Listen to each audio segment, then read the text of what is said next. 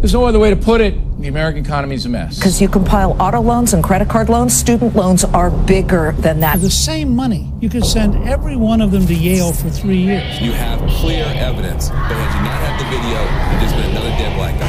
40% more American adults now die by suicide compared to just 15 years ago. 20-year-old student bleeding from the head and crying out.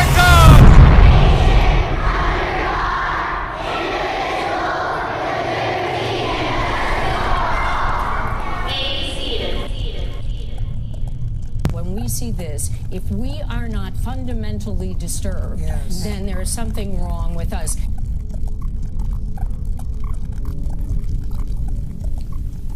Liberty and justice for all. But what does that mean? Freedom and fairness? And is that the world that we really live in today? When the rich are getting richer and the poor actually getting poorer?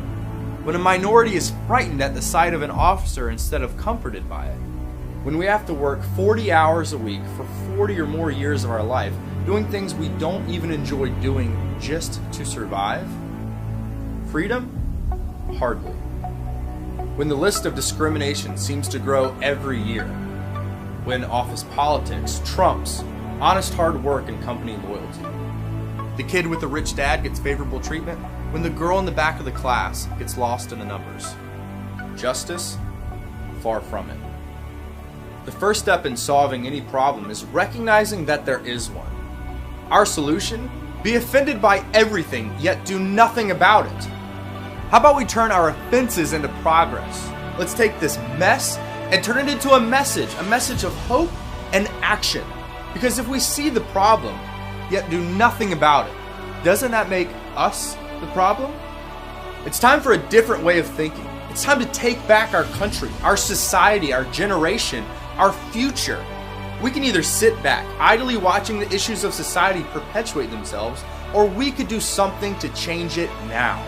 Change is as simple as a decision. We are one decision away from changing everything.